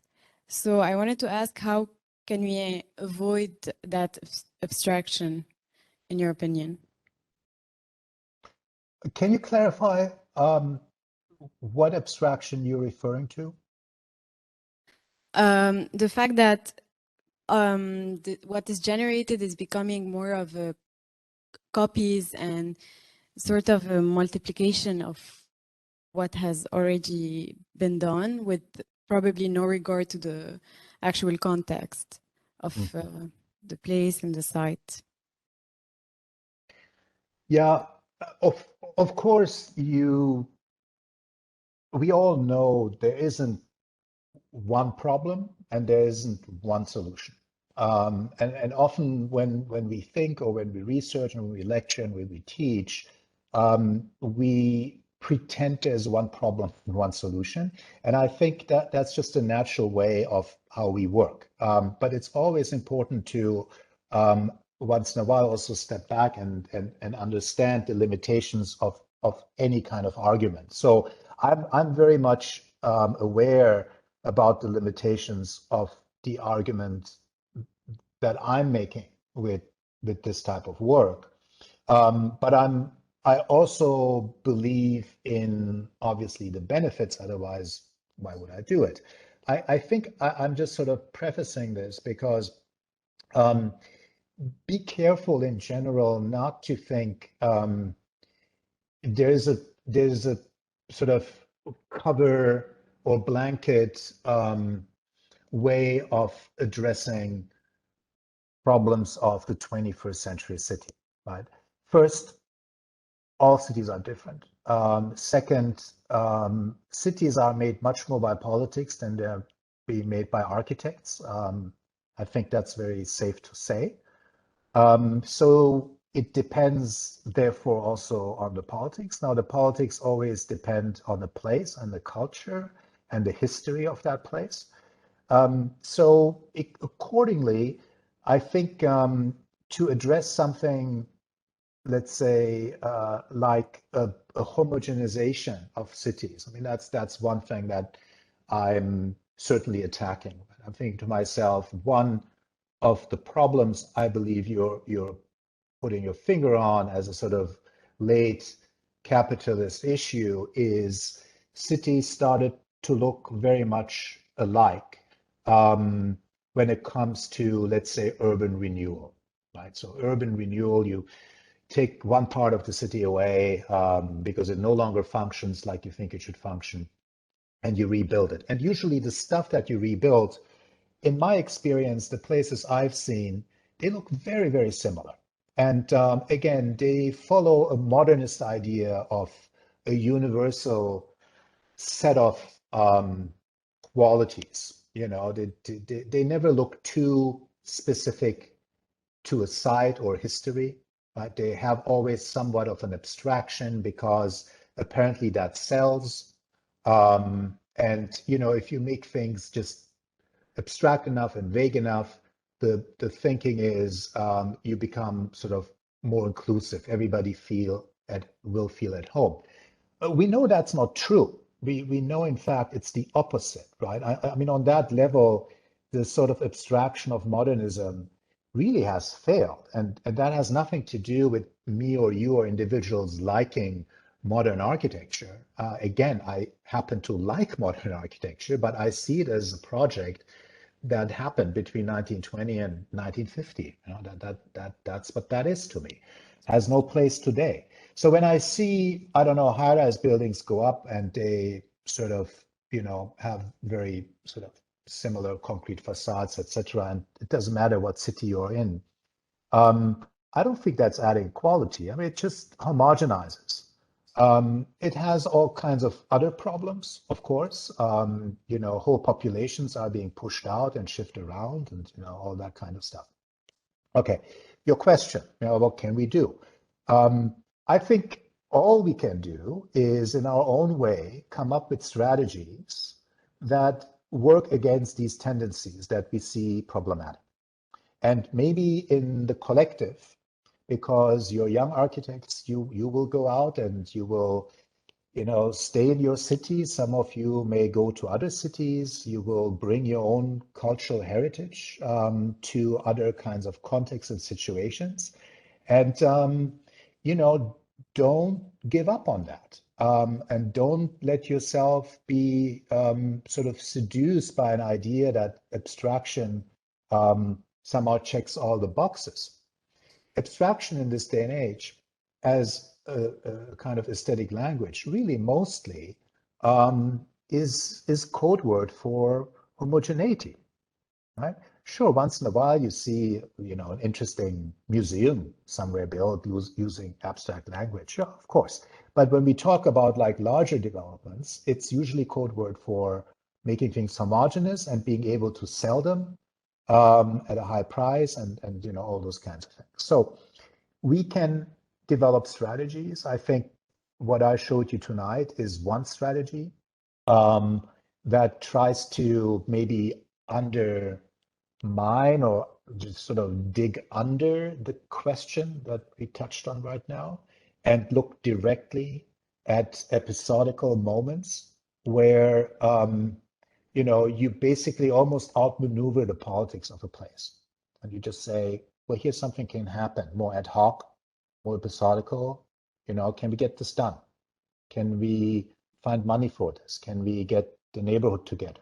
Can we get somebody who is interested in testing something without that test necessarily becoming so big that it has to go through all kinds of protocols that are more likely to kill it than to support it?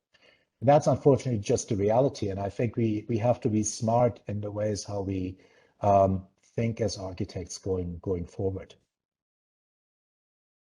Thank you. Thank you very much.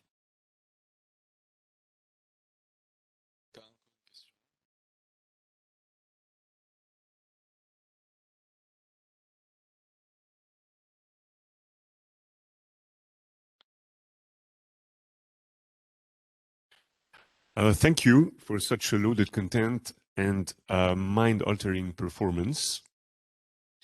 You are one of those architectural educators who clearly engage teaching as an act of fabulation, speculative fabulation, as mentioned previously. And the results, whether academic or not, are obviously fantastic, all channeled in favor of the odd,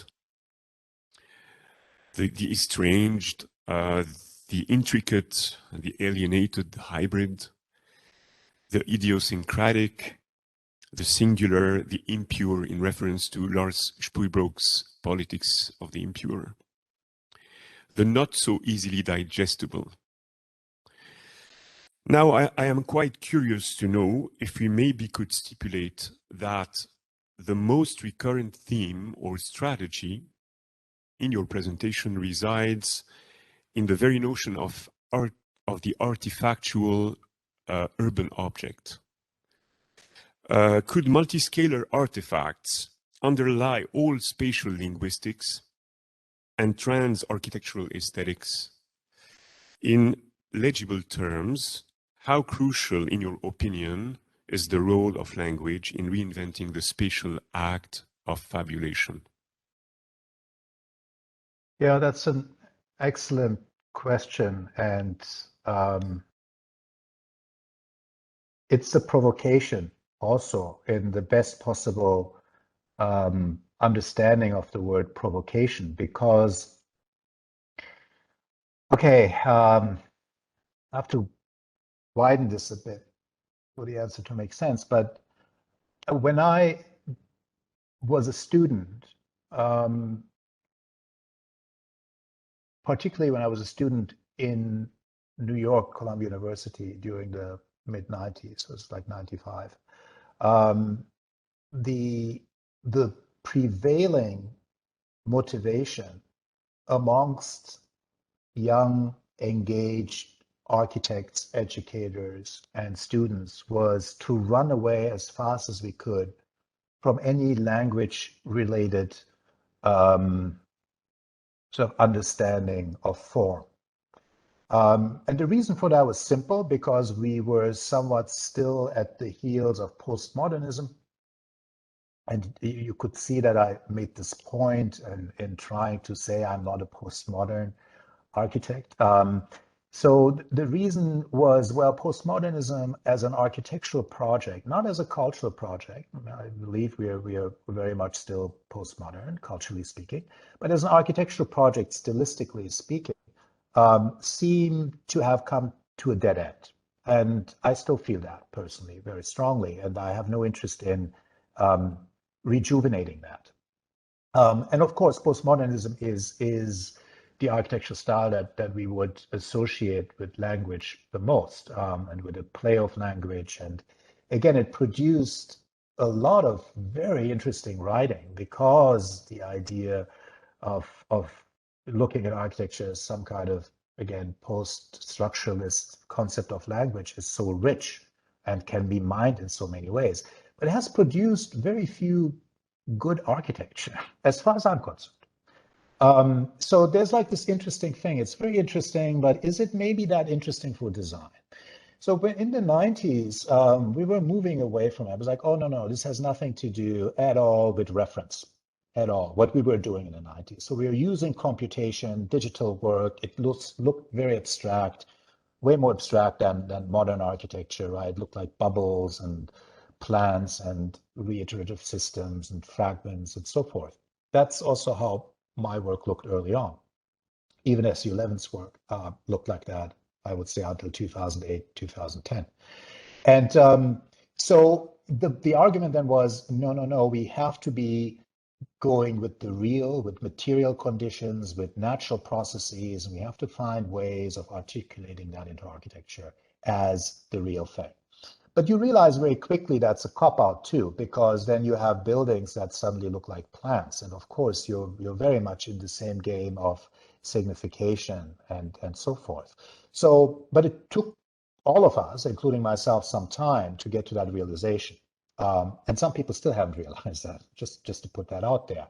But I certainly have realized that we, as architects, were just using another type of language that was now coming from biology rather than text. But in principle, is it different? It looks very different, but in principle, it may even be more problematic because we didn't have that awareness. The later work, mostly what I've talked about today, I say things like reference a lot. I use the word memory. I use the word echo, like say to my students, it should echo other periods in time, other architectural elements. So these are all, if you will, language-related postmodern ways of thinking about the project.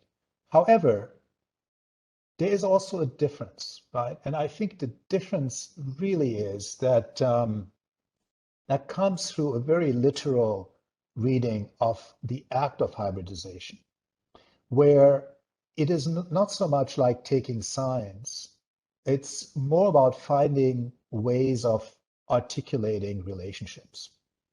And to me, that's where design can be really helpful, because what we do, even if we do the most boring building in the world and we put it into a place, it is an interface. It's articulating differences, infrastructural differences, difference between outside and inside, the city and, the local and the global, or, all those kinds of, separations. Even a seemingly stupid building does all that. So the question to me is like, can we focus more on articulating these collaborative relationships? And that to me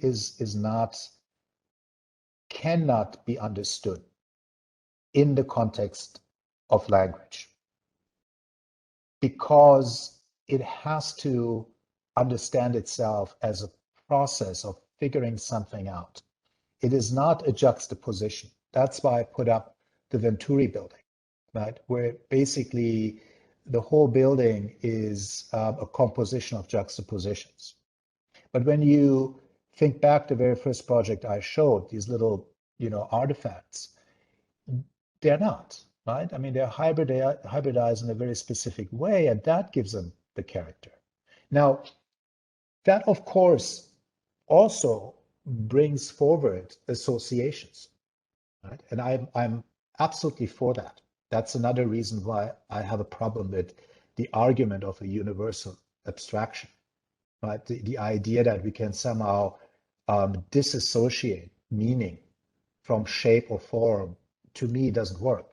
Even if it was desirable, which I don't think it is, it still doesn't work. So that's where I land on it. I mean, you can see I'm kind of avoiding your question a little bit by just telling you a bigger story. But I think I would be uncomfortable sort of privileging the work through, let's say, linguistic terms. I would like to even here sort of have a bridge between things like meaning and artifacts that capture meaning, but hopefully, again, not in a pure way, but in a way that meaning itself, like in the early quotes by Rowe and Venturi, become rich, rather than singular. I don't know if that really answers your question, but I think that's all I have right now. Okay, thank you. Would you take one last question, or do you want us to end it here? Yeah, no, I can take one more.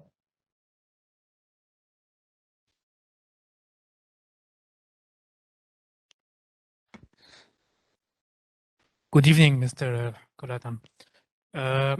Actually, I have a question about the boundary of the project. So it's very interesting how in what we've seen, the ground is also implicated, and it is another object and contributing to this uncanny whole.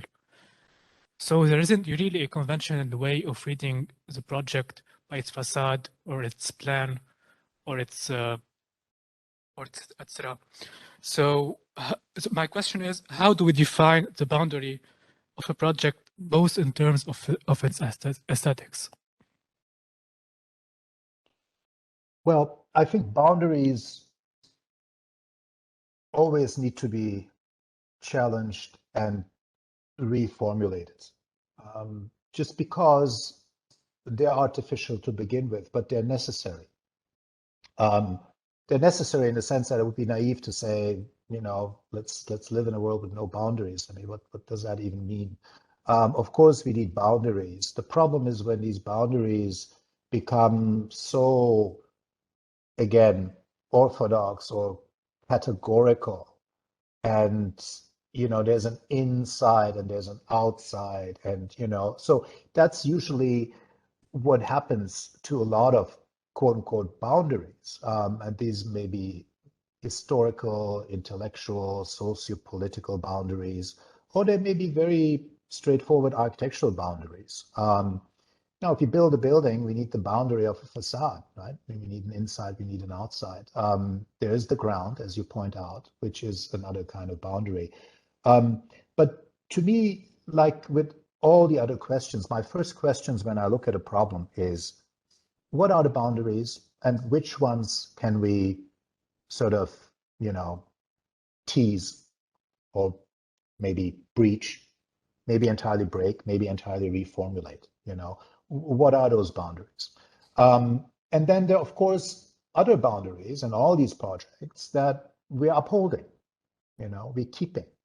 We are either by just the definition of, what architecture needs to do, or more specifically, deliberately, because we want to keep some boundaries so we can emphasize and privilege and focus on those that we're altering.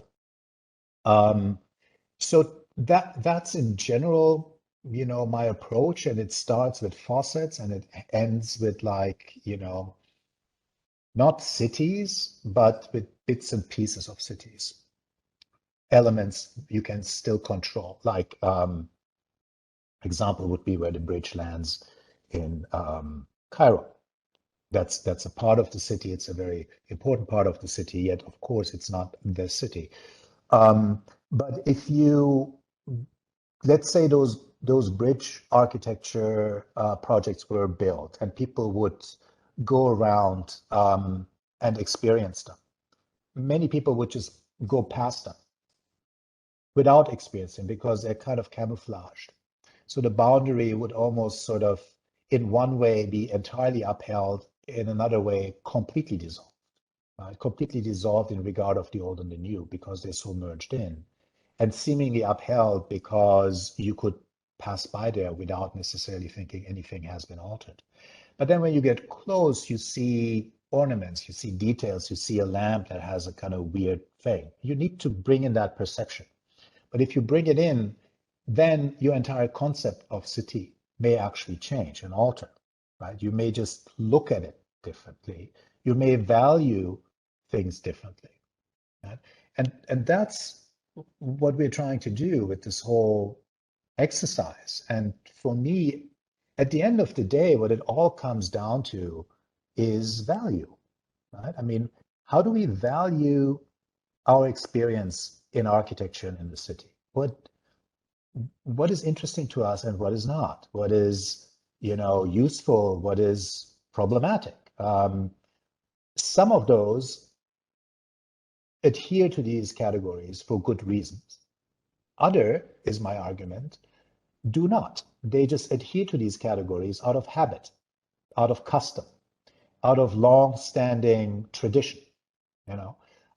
Those are the ones I would like to loosen up. Those are the kinds of boundaries where I feel they have no longer any potency, and they're holding us back. But it also requires us, you, all of you, as designers, to make the breaching of boundaries both accessible and desirable. And that's why aesthetics is so important. Sometimes, we have conversations about, politics and aesthetics and how do they come together, and are you an architect that cares for one or the other?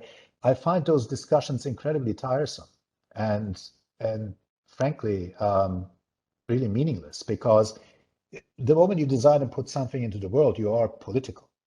There's always an agency. The question is, which one and how much do you choose to control it and work with it or not? So to me, to go out there and say, well, maybe people think this part of the city or your neighborhood is, of low value. But clearly to you, it may not. And maybe there is a way for me as a designer to do something that visualizes and manifests why there's value to a larger group of people. And if I'm successful with that, well, then maybe we can go to places and neighborhoods and look at architecture with a new understanding of what is valuable and interesting. So this is sort of like, let's say, the ethics of the project here. And therefore, there is certainly an interest in negotiating and renegotiating these boundaries, but also an understanding that we still need them in many different aspects and circumstances. Just figuring out where you carve out strategy for your own work in this context. Yeah, definitely. Thank you. Thank you a lot. Thank you very much for the amazing lecture and for your time.